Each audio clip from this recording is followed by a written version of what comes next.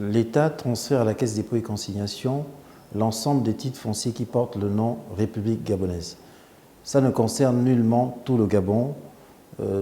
Tous les terrains détenus par des privés au quartier, le domaine public de l'État, c'est-à-dire les routes, les fleuves, les forêts, ne sont nullement concernés par cette mesure. Il ne s'agit pas de se lever un matin et de voir un individu devant sa porte en disant « la CDC m'a vendu ton terrain ».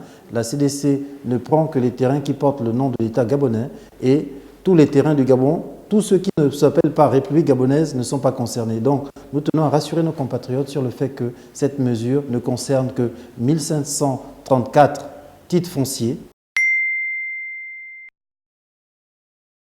La CDC n'a pas vocation et n'a pas pour ambition de mettre ses biens en hypothèque. C'est simplement de pouvoir discuter avec les bailleurs de fonds et présenter une taille de bilan suffisante pour présenter un intérêt vis-à-vis des bailleurs.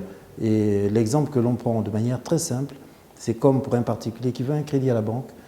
Quand vous allez à la banque va vous demander quel est votre salaire, vous allez présenter votre bulletin de salaire, et elle va vous prêter un pourcentage. En général, c'est 33% de votre salaire qu'elle va vous prêter.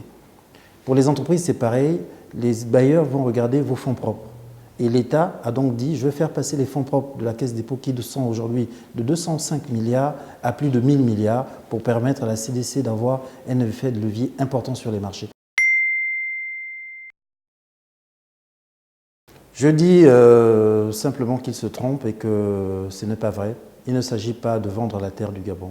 L'État gabonais détient à 100% la Caisse des dépôts et consignations. La Caisse des dépôts et consignations, c'est l'État gabonais. C'est un EPIC, un établissement public à caractère industriel et commercial, à l'instar de celui qui gérait ça avant, qui s'appelle l'ANUTTC. Comme vous le savez, la CDC finance un certain nombre de projets aujourd'hui, avant même la mesure gouvernementale. La CDC porte un projet de 200 logements dans la commune d'Akanda, le projet Magnolia. Pour réaliser ce projet, elle a levé des fonds au niveau d'une banque locale sur la base de ses fonds propres et de la rentabilité du projet. Et aujourd'hui, l'ensemble des logements sont réservés et les ventes des maisons permettront de rembourser le bailleur local. Et donc l'ambition des plus hautes autorités est de permettre justement à la CDC d'avoir une force de frappe lui permettant de lever plus pour réaliser plus de logements, plus d'investissements rentables et structurants pour le pays pour accompagner la politique de développement de l'État.